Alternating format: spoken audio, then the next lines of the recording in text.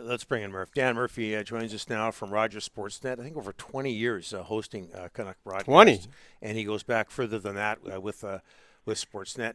Murph, how are you, sir? I'm good, boys. Congratulations on the show. Thank you. Thank you. Obviously, you. you didn't see the first segment, but other than that, things are going very, very well. Murph, thanks so much for this. You're our very first guest, and rightfully so, given your status in the community, in BC, and certainly with the story going on. Any idea, Murph, what the Canucks were up to during the break that led to this? What are you hearing? I don't know anything about that. I'm sure that the province and the health authorities have conducted investigations into it. So I haven't heard anything that has come from that. I think we can all kind of infer that we believe that Gaudette was patient zero, seeing as he was the only one to test positive on the Tuesday, and then nobody on the Wednesday, right before a member of the coaching staff on Hamonic tested positive on Wednesday. So I haven't heard of any shenanigans, that's for sure. And like I said, I'm sure that there's been an investigation from the league and from the health authorities, so we may hear more about that. And, you know, as far as how the players are doing, I don't want to get into a blanket thing on this about all of them, but I have talked to a couple of them, and this is a real thing. You know, it felt like a terrible, terrible flu the first day, into congestion, into, you know, lungs having difficulty when you're walking upstairs. I know one guy whose child got it. So, you know, this is a real, you know, situation here. A difficult one for the club, obviously, a difficult one for the players and the coaching staff. But I'm like most people. I just want these guys to be healthy. I don't want there to be long-term effects from this. But it just shows you how quickly this can spread. You know, and I think the one thing that I'm a little bit confused about, and this is an NHL protocol, but allowing teams on the ice before they have their results from the day before. That one always kind of confused me. And I'm not sure if that had anything to do with it, but of course we've got that getting pulled off the ice on Tuesday when he was found out to be positive. To me, I think the NHL and you know maybe drop the ball on that one protocol, but of course the league has to sign off on it. The health authorities have to sign off on it. So the Canucks were doing everything that they were told to do, but that one always seemed a little bit weird to me.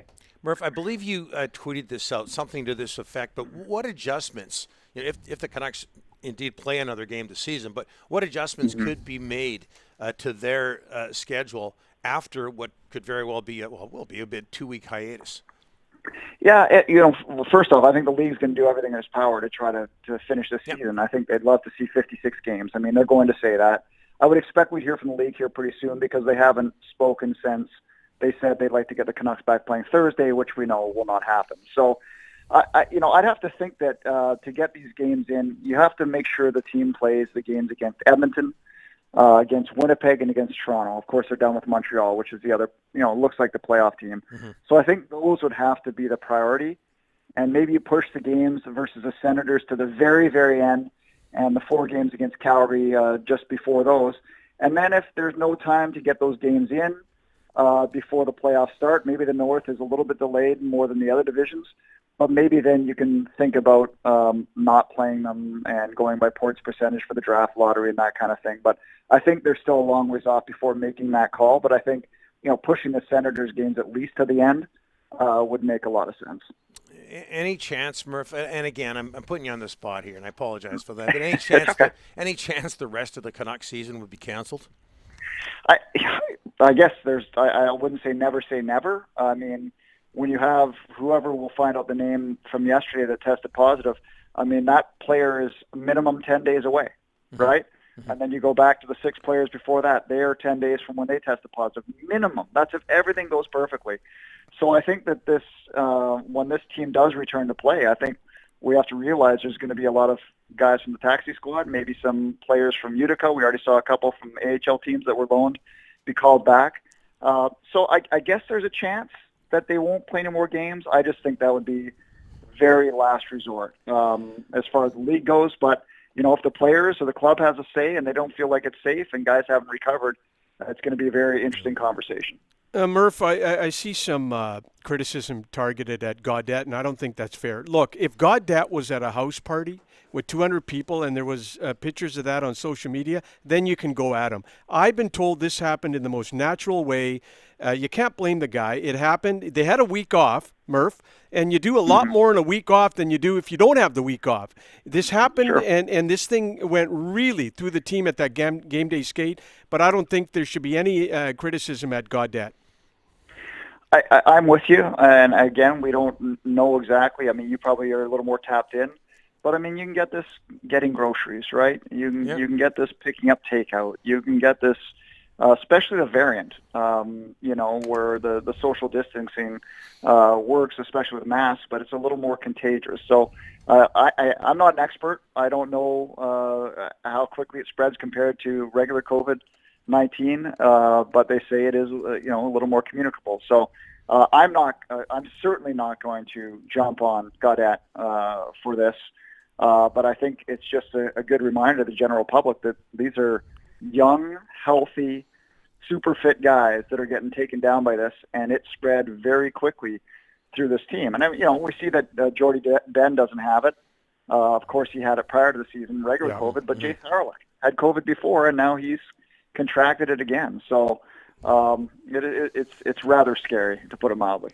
Murph, in Utica right now, what I've been told is I think at some point the Canucks do want to call up players from Utica. They're having their first practice today. I was told that they had at least 10 positives in Utica.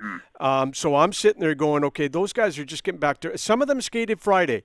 But do you expect an influx of Utica Comets in Vancouver anytime soon? Because I think it might take a while before you see some of them land in Vancouver.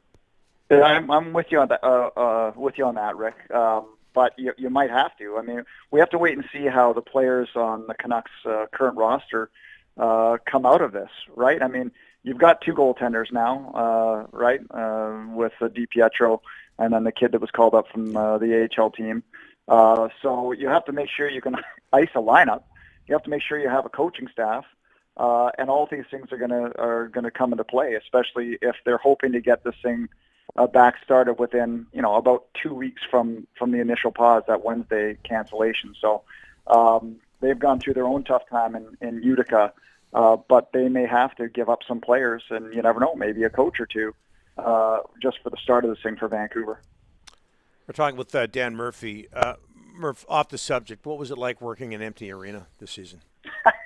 Well, I mean, I was in Edmonton, right? So I was kind of used to it, but what I wasn't used to was the road games, right? I mean, like not even having the game going on and broadcasting from Rogers Arena, where literally I have no idea how many people are in the building at that point, but I don't think it's more than 10, right, except for maybe the Sports Bar Live where people are watching the game. So that's kind of been a little bit bizarre, but I mean, what hasn't been bizarre since the start of last March? I'll take games whatever way you can give them to me. Of course, I'd prefer them to be fans, and I'd prefer to be traveling and being in some of the buildings with energy. But this was the way they had to go about things this year, and I was more than happy to do it. And what was your opinion of the Canucks season before all of this? Well, you know what? I'm like most. I was a little disappointed with the start. But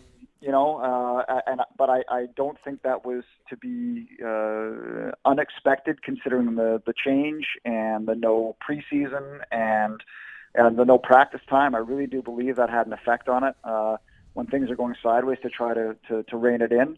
But I'll say this: I was impressed with the way they turned things around on the road in Toronto, even though they didn't get the results. And then to keep pushing forward and then have that nice little run of 10 games. I mean, I think that really tells you, what the players think of the coaching staff. They didn't quit on them. They stuck to the message. Continued to play hard, even when the process was good and the results weren't.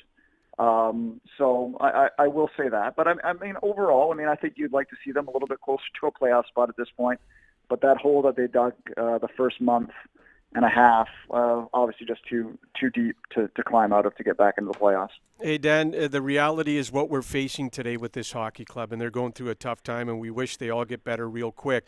The business side of it is this: they got a trade deadline in 7 days. They got a head coach. They got a head coach they have not signed for some odd reason, and he sits there and he waits and he waits and he waits. You got a head coach with no extension. You got a trade deadline coming up. What are your thoughts on some of the stuff on the sidelines here, Dan? Well, the deadline's going to be tough to deal with now, especially with the COVID situation. As for the head coach, I mean, if he is a free agent, you got to believe that he's going to get eyeballs from other teams. At least I believe that. But here's the thing I wonder. I mean, maybe the general manager of the team is not on solid ground either. So maybe ownership does not want to give the GM a chance to sign off on an extension of the coaching staff if he thinks there might be a new GM that comes in rather soon. Because if all of a sudden you've got a coaching staff with a 3 or 4 year deal and a new GM, who's to say the new GM is not happy with that? So I wonder if there's a disconnect between ownership and management there, but that's just me, just spitballing. I certainly think that Travis Green and his staff deserve an extension. I just wonder if there's something going on above them that's not allowing that to happen. And I'm not just talking about, the economic situation the league and these teams are in right now. All right, Murph, guest number one and show number one. I can't thank you enough. Appreciate it, Murph. Thanks for this. And no worries. I got to say this, Rick, because I don't know how many people know this. The two most influential people in my broadcasting career, by far, and it's not close, and Shorthouse gets angry with me, but really he was mean to me. He was mean to me at the beginning. But Taylor and McDonald. So without question, those two guys had the most influence on my career in terms of on air, in terms of writing, in terms of workplace environment, all that stuff. So always happy to help out Donnie and Dolly. You're a great guy too. Yeah, and Dan, I'm so thankful you brought that up because nobody gets anywhere in life without help.